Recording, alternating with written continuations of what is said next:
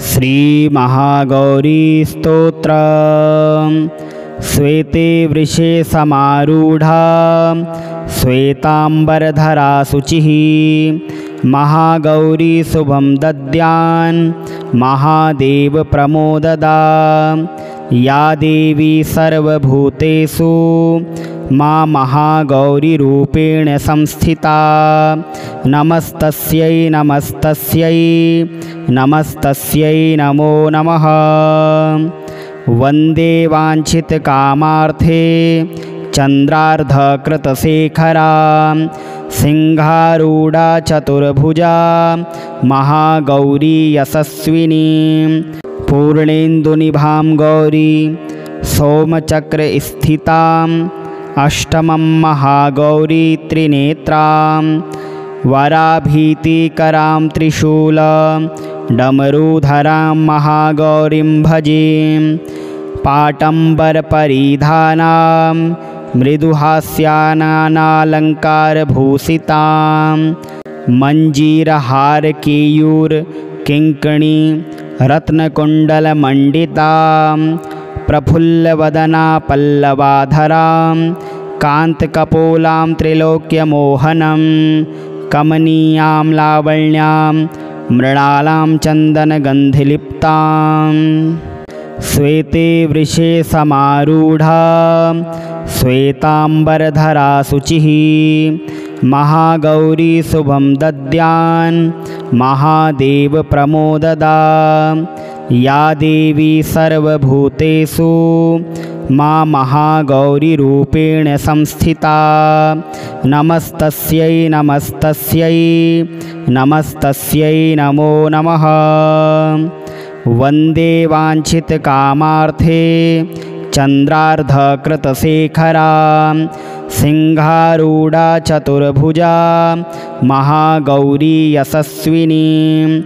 पूर्णेन्दुनिभां गौरी सोमचक्रस्थिताम् अष्टमं महागौरी त्रिनेत्रां। वराभीतिकरां त्रिशूल डमरूधरां महागौरीं भजे। पाटम्बरपरिधानां मृदुहास्यानालङ्कारभूषितां। मञ्जीरहारकेयूरकिङ्कणी रत्नकुण्डलमण्डितां। प्रफुल्लवदना पल्लवाधरां कान्तकपोलां त्रिलोक्यमोहनं। कमनीयां लावण्यां मृणालां चन्दनगन्धिलिप्तां। श्वेते वृषे समारूढा श्वेतांबरधरा शुचिः महागौरी शुभं दद्यान् महादेव प्रमोददा। या देवी सर्वभूतेषु मा महागौरीरूपेण संस्थिता। नमस्तस्यै नमस्तस्यै नमस्तस्यै नमो नमः। वन्दे वाञ्छितकामार्थे चन्द्रार्धकृतशेखरा सिंहारूढा चतुर्भुजा महागौरी यशस्विनी। पूर्णेन्दुनिभां गौरी सोमचक्रस्थिताम् अष्टमं महागौरी त्रिनेत्रां। वराभीतिकरां त्रिशूल डमरूधरां महागौरीं भजे। पाटम्बरपरिधानां मृदुहास्यानालङ्कारभूषितां। मञ्जीरहारकेयूरकिङ्कणी रत्नकुण्डलमण्डितां। प्रफुल्लवदना पल्लवाधरां कान्तकपोलां त्रिलोक्यमोहनं। कमनीयां लावण्यां मृणालां चन्दनगन्धिलिप्तां। श्वेते वृषे समारूढा श्वेतांबरधरा शुचिः महागौरी शुभं दद्यान् महादेव प्रमोददा। या देवी सर्वभूतेषु मा महागौरीरूपेण संस्थिता। नमस्तस्यै नमस्तस्यै नमस्तस्यै नमो नमः। वन्दे वाञ्छितकामार्थे चन्द्रार्धकृतशेखरां सिंहारूढा चतुर्भुजा महागौरी यशस्विनीं पूर्णेन्दुनिभां गौरी सोमचक्रस्थिताम् अष्टमं महागौरी त्रिनेत्रां वराभीतिकरां त्रिशूल डमरूधरां महागौरीं भजे पाटम्बरपरिधानां मृदुहास्यानालङ्कारभूषितां मञ्जीरहारकेयूरकिङ्कणी रत्नकुण्डलमण्डितां प्रफुल्लवदना पल्लवाधरां कान्तकपोलां त्रिलोक्यमोहनं कमनीयां लावण्यां मृणालां चन्दनगन्धिलिप्तां श्वेते वृषे समारूढा श्वेताम्बरधरा शुचिः महागौरी शुभं दद्यान् महादेवप्रमोददा या देवी सर्वभूतेषु मा महागौरीरूपेण संस्थिता नमस्तस्यै नमस्तस्यै नमस्तस्यै नमो नमः। वन्दे वाञ्छितकामार्थे चन्द्रार्धकृतशेखरां सिंहारूढा चतुर्भुजा महागौरी यशस्विनीं पूर्णेन्दुनिभां गौरी सोमचक्रस्थिताम् अष्टमं महागौरी त्रिनेत्रां वराभीतिकरां त्रिशूल डमरूधरां महागौरीं भजे पाटम्बरपरिधानां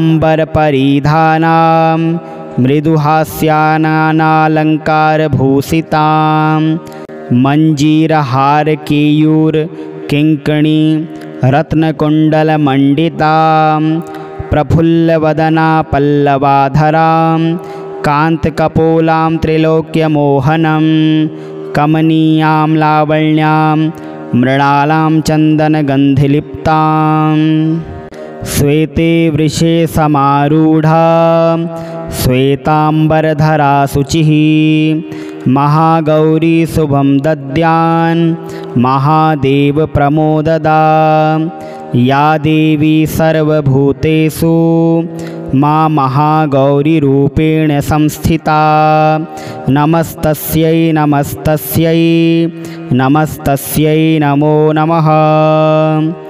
वन्दे वाञ्छितकामार्थे चन्द्रार्धकृतशेखरां सिंहारूढा चतुर्भुजा महागौरी यशस्विनीं पूर्णेन्दुनिभां गौरी सोमचक्रस्थिताम् अष्टमं महागौरी त्रिनेत्रां वराभीतिकरां त्रिशूल डमरूधरां महागौरीं भजे पाटम्बरपरिधानां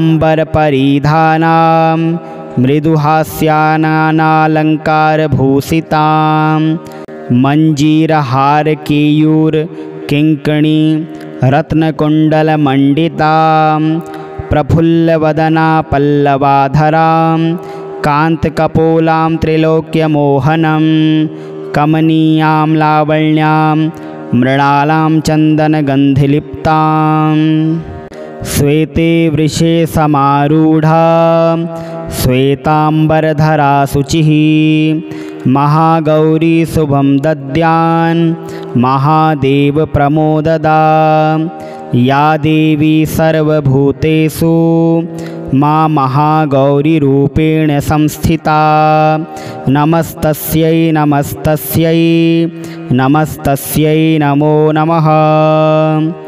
वन्दे वाञ्छितकामार्थे चन्द्रार्धकृतशेखरां सिंहारूढा चतुर्भुजा महागौरी यशस्विनीं पूर्णेन्दुनिभां गौरी सोमचक्रस्थिताम् अष्टमं महागौरी त्रिनेत्रां वराभीतिकरां त्रिशूल डमरूधरां महागौरीं भजे पाटम्बरपरिधानां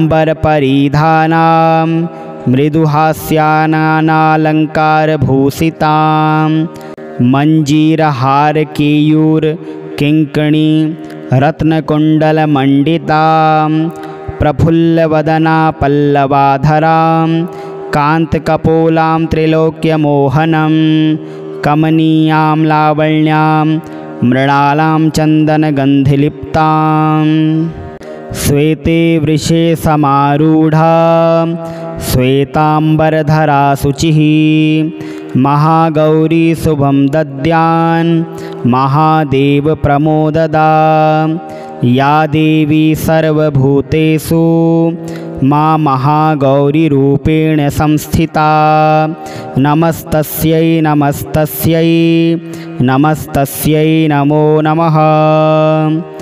वन्दे वाञ्छितकामार्थे चन्द्रार्धकृतशेखरा सिंहारूढा चतुर्भुजा महागौरी यशस्विनी पूर्णेन्दुनिभां गौरी सोमचक्रस्थिताम् अष्टमं महागौरी त्रिनेत्रां वराभीतिकरां त्रिशूलडमरूधरां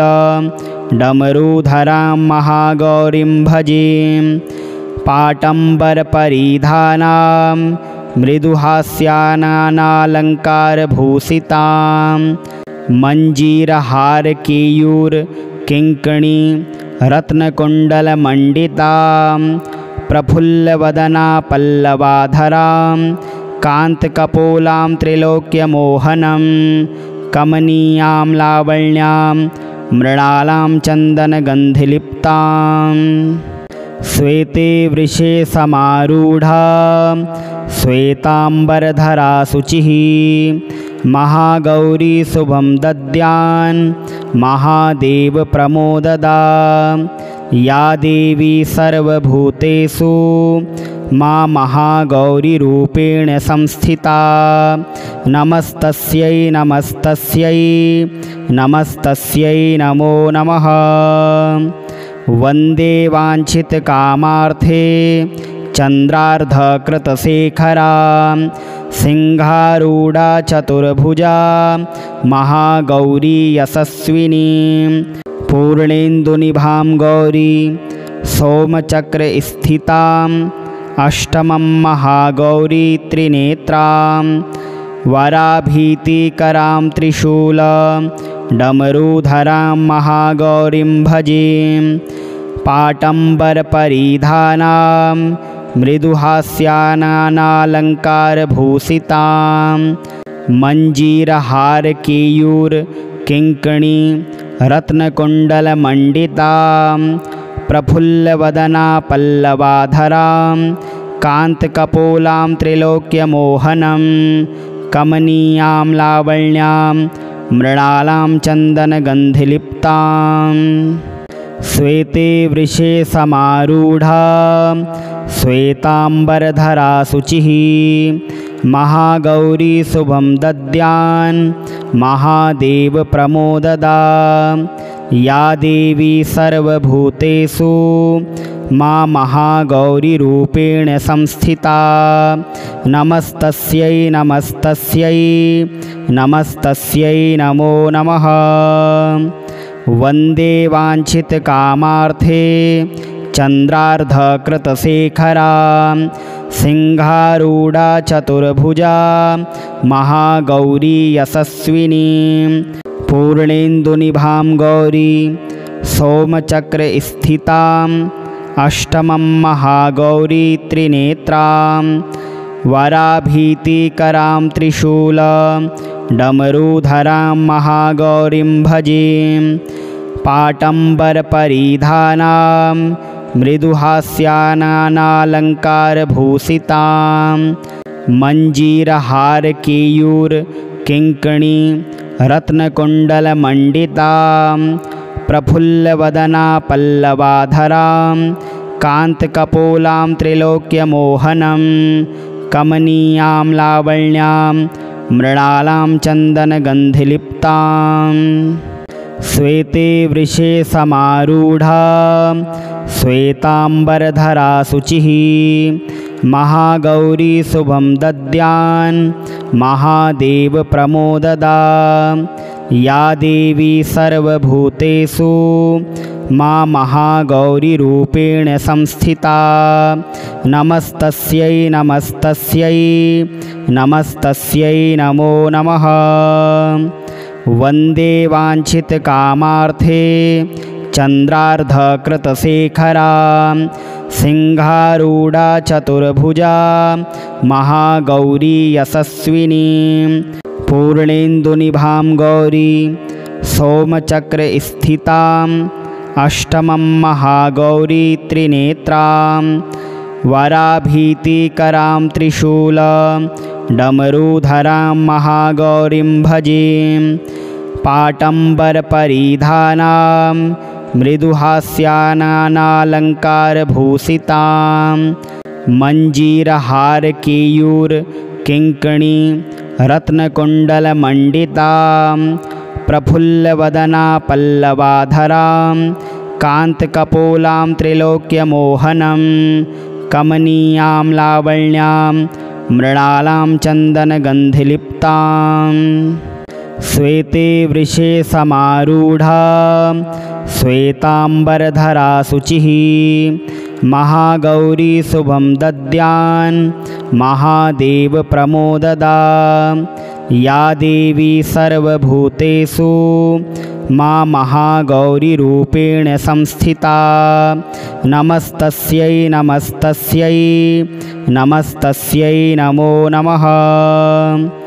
वन्दे वाञ्छितकामार्थे चन्द्रार्धकृतशेखरा सिंहारूढा चतुर्भुजा महागौरी यशस्विनी।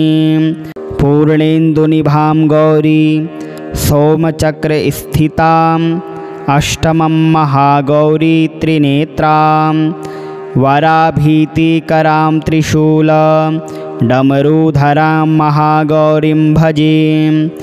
पाटम्बरपरिधानां मृदुहास्यानालङ्कारभूषितां मञ्जीरहारकेयूरकिङ्कणी रत्नकुण्डलमण्डितां प्रफुल्लवदना पल्लवाधरां कान्तकपोलां त्रिलोक्यमोहनं कमनीयां लावण्यां मृणालां चन्दनगन्धिलिप्तां।